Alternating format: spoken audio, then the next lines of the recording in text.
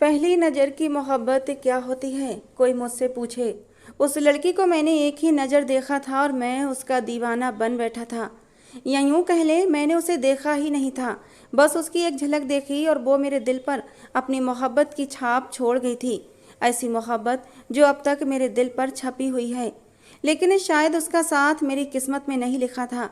भगवान ने मुझे खुशियाँ तो दी थीं, लेकिन वो खुशियाँ कुछ ही पल की थीं, ऐसे जैसे कोई सपना था और आँख खुली टूट गया। कभी कभी इंसान ऐसी गलतियाँ कर देता है कि उनकी कोई भरपाई नहीं होती। काश मैं वो गलती न करता तो मेरा घर भी खुशियों से भरा होता।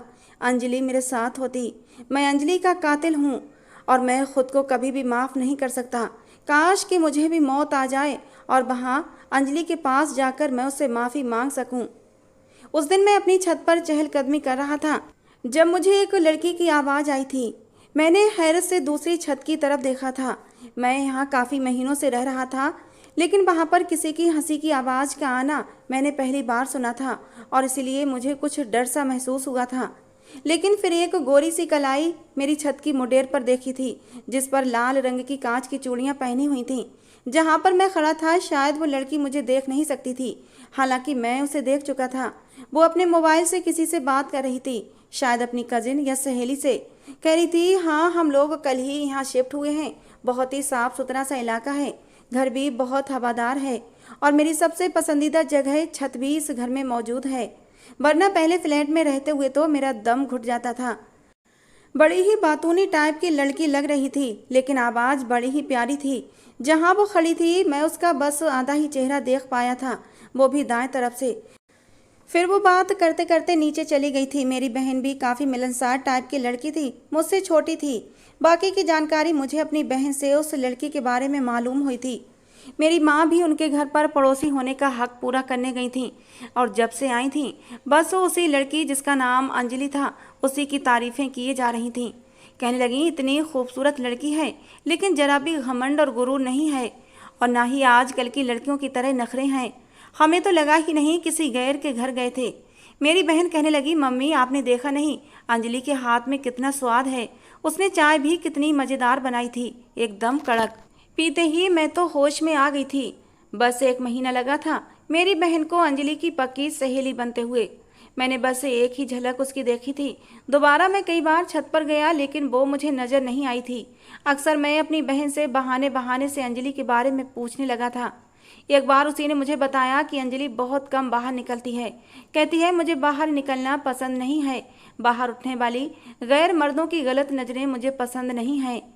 कभी कभी जाती भी है तो खुद को अच्छे से कवर करके जाती है। मैंने अपने दिल में सोचा, वाकई इतनी हसीन लड़की है, उसे तो अपने आप को छुपाना ही चाहिए। दिल ही दिल में मैं उसे चाहने लगा था। मम्मी ने जब मेरे लिए रिश्ते देखने शुरू किए तो मैंने अपनी बहन नीति से कह दिया कि यूँ तो तुम्हारी दोस्ती अंजलि से बहुत है, क्या तुम नहीं चाहोगी कि तुम्हारी दोस्त ही तुम्हारी भाभी भी बन जाए। मेरा ये कहना था कि उसने मुझे चौंक कर देखा था, हैरत का भी इजहार किया था। कहने लगी, भाई आपने पहले क्यों नहीं बताया, वाकई हमने अंजलि के बारे में तो सोचा ही नहीं। मेरी माँ ने भी उसका रिश्ता मांगने में देर नहीं लगाई थी। फिर मैं भी अच्छी जगह जॉब करता था, मेरी तनख्वाह भी बहुत अच्छी थी, इसलिए बड़े ही आराम से मेरा रिश्ता अंजलि से तय हो गया था। लेकिन अभी तक मैंने उसका चेहरा नहीं देखा था। अपनी बहन से मैंने कहा था कि जब तुम मंगनी की बात करने जाओ तो अंजलि से उसकी तस्वीर भी मांग लेना। कहने लगी, भाई जब मंगनी हो तो खुद ही देख लेना, इतनी जल्दबाजी अच्छी नहीं होती। अपनी जल्दबाजी पर मैं खुद ही झेंप गया था। जब मम्मी और नीति मंगनी की तारीख लेने उन लोगों के घर गए तो मैं बेचैनी से उनका इंतजार कर रहा था। जब वो लोग वापस आए तो उनके मुंह लटके हुए थे। मेरा दिल तो धक से रह गया था। मैंने कहा, क्या हुआ, क्या बात नहीं बनी। नीति कहने लगी, भाई बात तो बन गई, लेकिन उन लोगों का कहना है कि लड़का लड़की आमने सामने एक दूसरे को अंगूठी नहीं पहनाएंगे। बस उधर से अंजलि की माँ आएगी, मंगनी के शगुन का सामान लेकर आएंगी और इधर से हम लोग जाएंगे मंगनी के शगुन का सामान लेकर, और हो गई मंगनी। इस तरह की रस्म पर मुझे बहुत गुस्सा आया था। मेरे तो कितने सपने थे, कितने अरमान थे कि मैं अपने हाथों से अंजलि को मंगनी की अंगूठी पहनाता। लेकिन खैर मैंने अपने दिल को समझा लिया था। मैंने नीति से कहा, ठीक है जब तुम मंगनी की रस्म करने जाओ तो अंजलि की खूब सारी तस्वीरें भी खींच लाना। जब वो वापस आई तो कहने लगी, भाई अंजलि ने मना कर दिया। मैंने कहा, क्यों मना कर दिया। कहने लगी, वो कहती है कि मैं अब तक कभी किसी गैर मर्द के सामने नहीं गई हूँ और अब भी सिर्फ मंगनी हुई है, कोई ऐसा जायज़ रिश्ता नहीं है। अंजलि की ऐसी बातों ने तो जैसे मेरे उभरते हुए जज्बातों पर ओस डाल दी थी। कुछ दिनों बाद मैंने नीति से कहा कि मुझे अंजलि का नंबर चाहिए। कहने लगी, वो क्यों भाई? मैंने कहा, वो मेरी मंगेतर है, मुझे उससे बात करनी है। मेरी बात सुनकर नीति मुस्कुराने लगी। कहने लगी, मेरे पास अंजलि का नंबर मौजूद है, उसने मुझे नंबर दे दिया। रात को 12 बजे मैंने उसे कॉल की थी। शायद उसने नींद में उठाया था, क्योंकि उसकी आवाज़ में नींद का नशा भरा हुआ था। मैंने एक ठंडी आह भरी थी। कहने लगी, कौन बोल रहा है? मैंने कहा, आपका बहुत अपना। मेरा ये कहना था कि आगे से एकदम फ़ोन कट हुआ था। मैंने फिर से नंबर मिलाया तो इस बार फ़ोन स्विच ऑफ था। शायद वो ये समझी थी कि कोई रॉन्ग नंबर है। अगले दिन मैंने उसे फिर फ़ोन किया। मैंने कहा, मैं आदित्य बात कर रहा हूँ। कहने लगी, कौन आदित्य? मैंने कहा, वही जिसकी अंगूठी तुमने अपने हाथ में पहन रखी है। वो कुछ देर के लिए चुप हो गई थी। कहने लगी, आपने फ़ोन क्यों किया है? मैंने कहा, आपकी आवाज़ सुनने के लिए। कहने लगी, देखो। मैंने कहा, कैसे देखूं? आपने तो मुझे अपनी तस्वीर तक देखने के लिए नहीं भेजी है। वो कहने लगी, शादी से पहले मुझे ये सब कुछ पसंद नहीं है। शादी से पहले यूँ बातें करना, तस्वीरें देखना मुझे बिल्कुल भी पसंद नहीं है। मुझे खुशी होगी अगर आप मेरी बात मान जाएं। ये कहकर उसने फ़ोन बंद कर दिया। मैं एकदम चुप हो गया था। जिस मोहब्बत से उसने अपनी बात मानने के लिए कहा था, मैं उसका वो मान तोड़ नहीं सका। इसलिए मैंने बाकी का समय बड़े ही सब्र के साथ गुजारा था। शादी पर बारात जब हॉल में पहुंची थी, तब भी उसने शादी के खूबसूरत लहंगे पर भी अपना आधा चेहरा छुपाया हुआ था। मैंने नीति से कहा, नीति भला अब ऐसा भी खुद को क्या छुपाना? अंजलि ने खुद को इतना क्यों छुपा रखा है? नीति कहने लगी, भाई अंजलि का मानना है कि वो अपना चेहरा सबसे पहले अपने पति को दिखाना चाहती है। खैर, मैं इस बात को भी इग्नोर कर दिया था और मेरे इतने लंबे इंतजार के बाद आज वो सपनों भरी रात आ ही गई थी कि अंजलि अंदर बैठी मेरा इंतजार कर रही थी। जब मैं अंदर गया और उसका घूंघट हटाया तो मैं तो आंखें झुकाना ही भूल गया था। मैं तो उसे देखता ही रह गया था। बिना आंखें झपकाए मैं बड़ी बेताबी से उसे देख रहा था।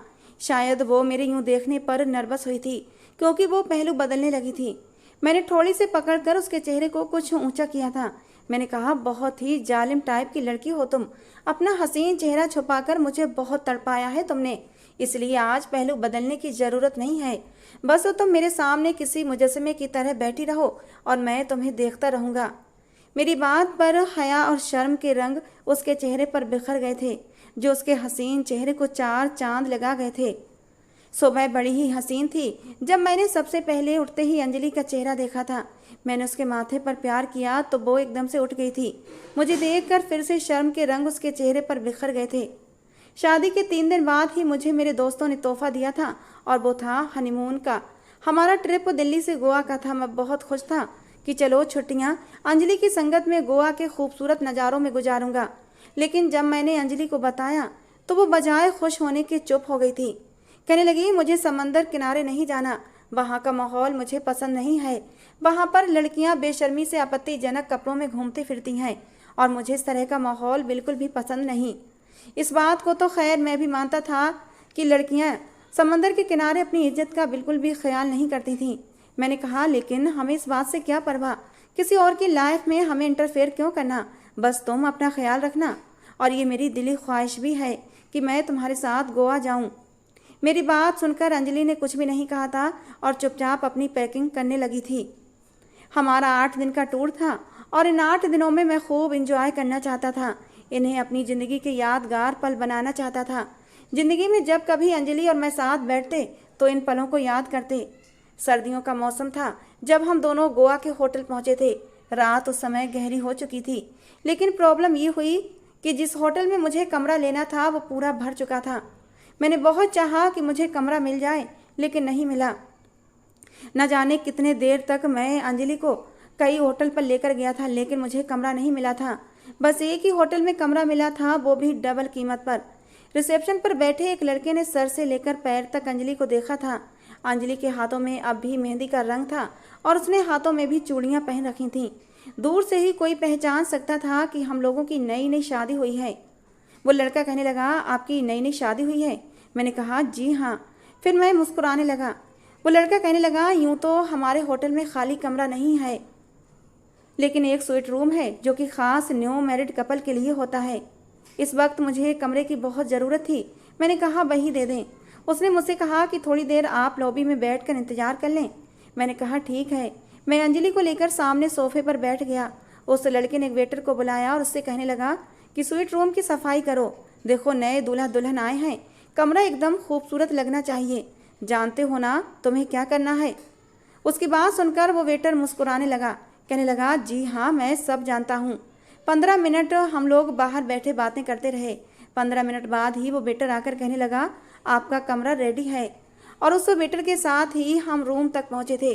वो हमें दरवाजे के बाहर छोड़कर चला गया था। चाबी मेरे हाथ में थी। जैसे ही मैंने कमरा खोला, काफ़ी बड़ा और साफ सुथरा कमरा था, गुलाबों के फूलों से सजाया गया था। कमरे को देखकर मैं तो अंदर तक तरोताज़ा हो गया था। सारी थकान हवा हो गई थी। अंजलि भी बहुत ज़्यादा थक चुकी थी। आते ही बेड पर बैठ गई, कहने लगी बहुत लंबा सफ़र था। मैंने कहा अभी तो सफ़र की शुरुआत है। ये कहकर मैंने सामान एक तरफ रख दिया था और अंजलि के पास आकर बैठ गया। मैंने कहा मेरा इरादा है हम आज की रात को बहुत ही यादगार बनाएंगे। अच्छा ऐसा करो, इतने हैवी कपड़े बदल कर कोई कंफर्टेबल कपड़े पहन लो। उसने साथ लाया हुआ बैग एक तरफ रख दिया था और आराम से बैठ गई। सर्दी काफ़ी थी इसलिए वहाँ पर रखा कंबल उसने ओढ़ लिया था। शायद अंजलि बहुत ज़्यादा थक चुकी थी, इसलिए सोना चाहती थी। लेकिन मैंने कहा अंजलि मैं यहाँ सोने के लिए नहीं आया हूँ और ना ही तुम्हें सोने दूंगा। इन 8 दिनों को हमें यादगार बनाना है। देखो प्लीज़ मुझे बोर मत करो। वो कहने लगी आदित्य मैं बहुत ज़्यादा थक गई हूँ। आपके सामने ही इतना लंबा सफ़र किया है और फिर हम यहाँ घूमने फिरने ही तो आए हैं। आज सो जाते हैं, कल जल्दी उठ जाएंगे, पूरा दिन घूमेंगे फिरेंगे, एंजॉय करेंगे। मैंने कहा मैं यहाँ पर तुम्हें सोने नहीं दे सकता। जानती हो ना हनीमून क्या होता है। मेरी बात पर वो शर्म से फिर से गुलाबी हुई। उसके शर्माने पर उसके चेहरे पर पड़ने वाली सुर्खी का मैं दीवाना था। मैंने अपने बैग से एक पैकेट निकाला, अंजलि को देते हुए कहा कि जाओ इसे पहन कर आओ। इसमें बहुत ही खूबसूरत और एक सेक्सी सी नाइटी थी जो मैंने अंजलि के लिए ही खरीदी थी, लेकिन शादी के हंगामों में मैंने उसे दे नहीं पाया था। और फिर शादी की अगली सुबह सबकी नज़र दूल्हा दुल्हन के कमरे पर ही टिकी होती है, इसलिए दबे शब्दों में माँ मुझे पहले ही कह चुकी थी कि सब बिरादरी और रिश्तेदार वाले घर पर जमा होंगे, तो शादी की पहली रात सुबह सवेरे ही जाग जाना और कमरे से बाहर आ जाना।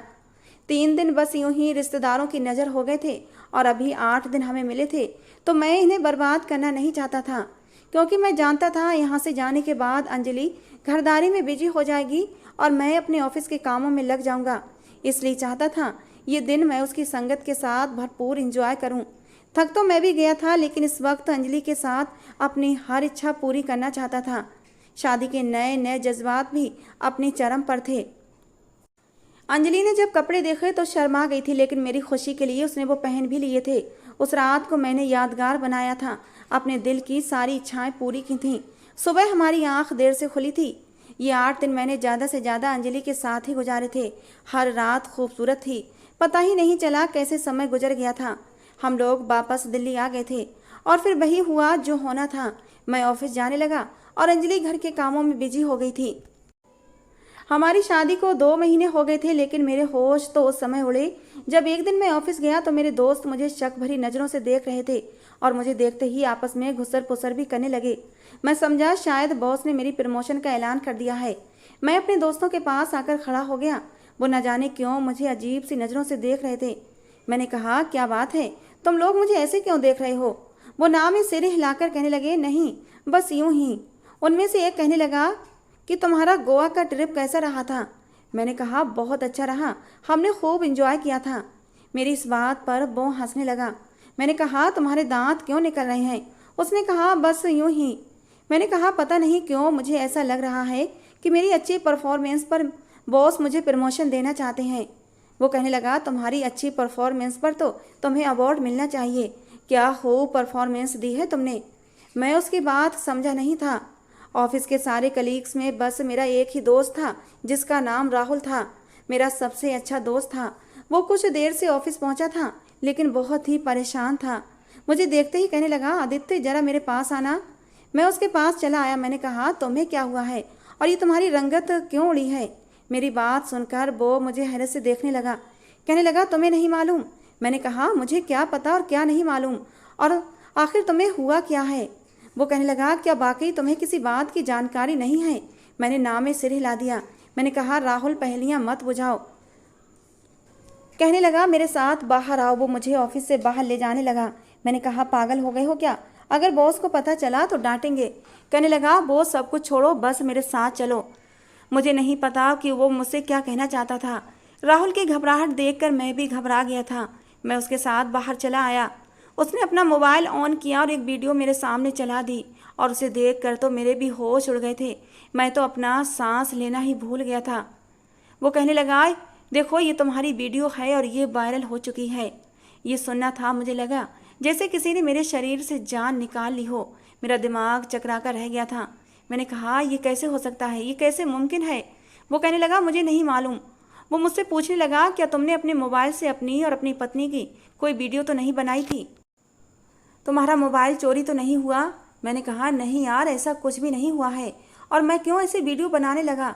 वो कहने लगा, पति पत्नी अक्सर ऐसी हरकतें कर जाते हैं। हो सकता है तुमने ये वीडियो बनाई हो क्योंकि पति पत्नी ऐसी हरकतें कर देते हैं और तुम्हारा मोबाइल चोरी हो गया हो, और ना भी हुआ हो तो हो सकता है हैक हो गया हो। आजकल के नौजवान मोबाइल हैक करके सामने वाले का सारा डेटा और उनकी पर्सनल डेटा को अपने पास हासिल कर लेते हैं और उनमें की कुछ तस्वीरें या फिर वीडियो सोशल मीडिया पर वायरल कर देते हैं। मैंने कहा, ऐसा कुछ भी नहीं है, मैंने कोई भी वीडियो नहीं बनाई। राहुल वो वीडियो मुझे दिखाने लगा। कहने लगा, इस वीडियो में तुम्हारा चेहरा तो इतना साफ नहीं है जितना तुम्हारी पत्नी का है। हम तुम्हें जानते हैं इसलिए तुम्हें पहचान लिया। वो इतनी शर्मनाक वीडियो थी और जिस तरह से उसको इंट्रोडक्शन करवाया गया था, मेरा तो गुस्से के मारे बुरा हाल था। मैं समझ ही नहीं पा रहा था कि ऐसा हुआ तो कैसे हुआ। खैर जो भी था बहुत ही बुरा हुआ था। मैं अब समझा था कि मेरे ऑफिस कलीग्स किस परफॉर्मेंस की बात कर रहे थे। मैं दोबारा ऑफिस जा ही नहीं सका, वापस घर आ गया। मुझे इतनी जल्दी ऑफिस से वापस आते देखकर अंजलि कहने लगी, क्या हुआ, आप इतनी जल्दी आ गए?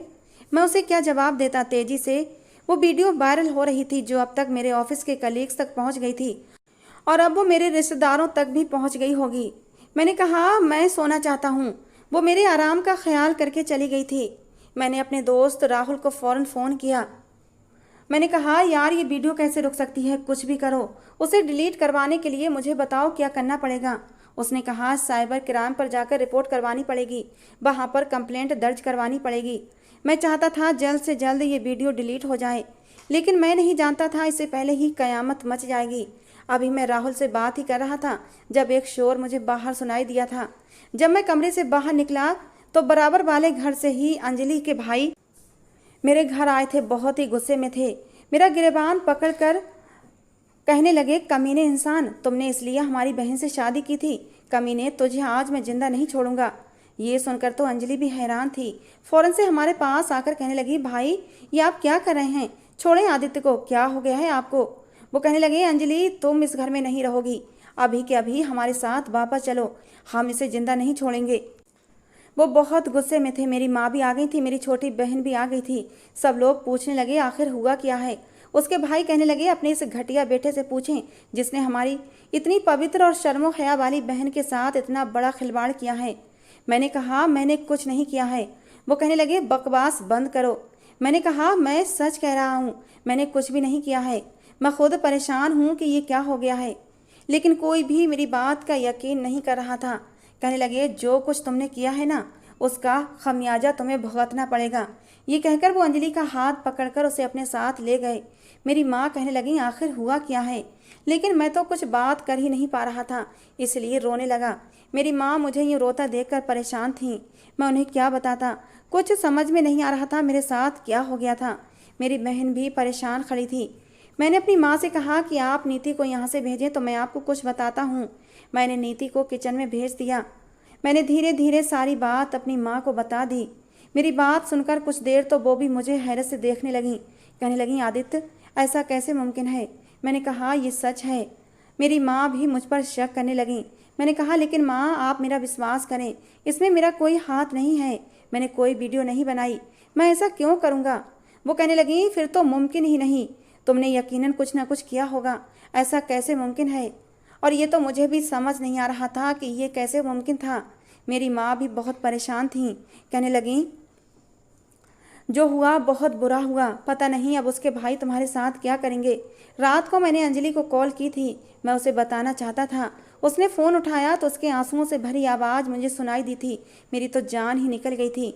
अंजलि कहने लगी, आदित्य आपने ये क्या कर दिया। मैं तो आपकी पत्नी हूँ, आपकी इज्जत हूँ, आपकी गैरत हूँ, लेकिन आपने तो मुझे भरे बाजार में बदनाम करके रख दिया, मुझे बेपर्दा कर दिया सबकी नज़रों में। मैंने कहा, अंजलि तुम भी सबकी तरह मुझे ही कसूरवार समझती हो। भगवान के लिए मेरी बात का भरोसा करो, मैंने ऐसा वैसा कुछ भी नहीं किया है। तुम ही बताओ, मैंने तुम्हारे साथ कभी कोई गलत वीडियो बनाई है। अंजलि कहने लगी, आपने मेरे साथ बहुत सारी हमारे रोमांटिक पलों की तस्वीरें बनाई थीं। मैंने आपको मना भी किया था, लेकिन आपने कहा था ये तो मेरा अपना मोबाइल है, ये तस्वीरें मेरे मोबाइल में सेव रहेंगी। हो सकता है आपने छुपकर वीडियो भी बना ली हो। आप नहीं जानते मैं इस वक्त किस हालात से गुजर रही हूँ। मुझे लगता है जैसे मैं भरे बाजार में बेपर्दा हो गई हूँ। आप सोच भी नहीं सकते मैं किस तकलीफ से गुजर रही हूँ। मैंने कहा, तुम भी मेरी हालत को समझ नहीं रही हो, मैं तुम्हें कैसे विश्वास दिलाऊं। मैंने ऐसा कुछ भी नहीं किया है। वो कहने लगी, फिर ये वीडियो वायरल कैसे हो गई। आदित्य आपने अगर मजाक में भी ऐसा किया है तो बहुत बुरा किया है। मैं उसे यकीन दिला रहा था, लेकिन वो यकीन नहीं कर रही थी, क्योंकि मैंने पहले कई बार रोमांटिक पलों की तस्वीरें बनाई थीं, लेकिन वीडियो कभी नहीं बनाई थी। सब मुझे ही मुजरिम समझ रहे थे।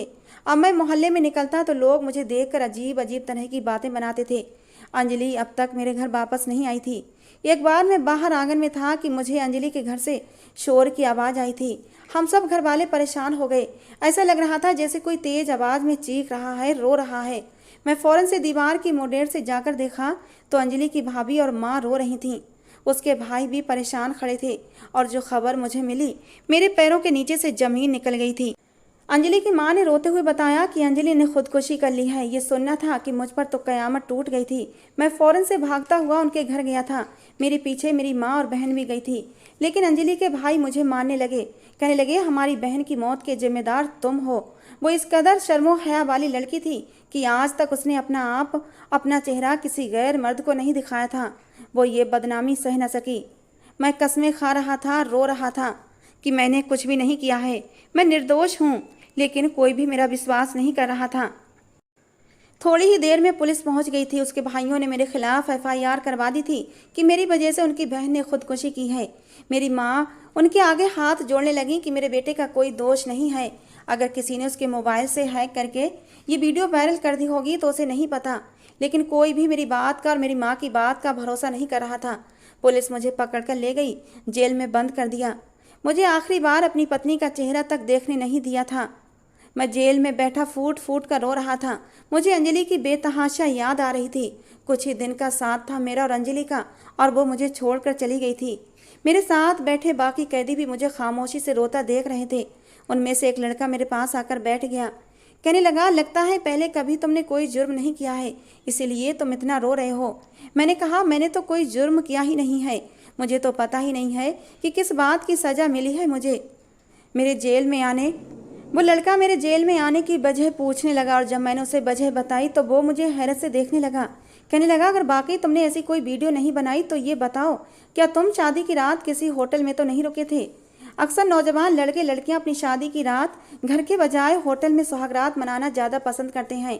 तुम्हें नहीं पता कि ऐसे कमरों में कैमरे लगा दिए जाते हैं जिनका फोकस बेड पर होता है, और पति पत्नी के जायज और पवित्र रिश्ते को वीडियो बनाकर सोशल मीडिया पर वायरल कर देते हैं और खूब पैसा कमाते हैं। ये सुनकर तो मेरा दिमाग चकरा कर रह गया था। स्वीट रूम का शब्द मेरे कानों में घूमने लगा। गोवा में लिया हुआ अपना वो कमरा याद आने लगा जिसे मुझे स्वीट रूम कहकर दिया गया था, लेकिन वहाँ से आए हुए मुझे 3-4 महीने गुजर चुके थे, इसलिए वो सब कुछ मेरे दिमाग में आया ही नहीं था। जो कुछ वो लड़का मुझे बता रहा था। कहने लगा, होटल के कमरों में अक्सर कैमरे लगा दिए जाते हैं, ख़ास तौर पर ऐसे कमरों में जहाँ नए शादीशुदा जोड़े हनीमून मनाने आते हैं। मैंने कहा, तुम कैसे जानते हो। मेरी बात पर वो हंसने लगा। कहने लगा, मैं भी जुर्म की दुनिया का बेताज बादशाह हूँ और इन सब हथकंडों से अच्छी तरह जानकार हूँ। तुमने कोई वीडियो नहीं बनाई तो किस तरह ऐसी वीडियो सोशल मीडिया पर वायरल हो सकती है। जाहिर है किसी होटल के कमरे में लगे कैमरे से ही बनेगी ना। इतनी सी बात तुम्हें समझ नहीं आई। मेरी हनीमून ट्रिप ने तो मेरी ज़िंदगी बर्बाद कर दी थी। वो कहने लगा, ये बहुत ही गंदा घटिया समाज है, इसलिए समाज में रहने का तरीका अलग है। अगर पत्नी के साथ कहीं जाना है तो बहुत ही सावधानी रखनी चाहिए और कुछ नहीं, क्योंकि कमरे में मौजूद कैमरे तुम्हारे जायज रिश्ते को भी 2 नंबर का बनाकर पेश कर देते हैं।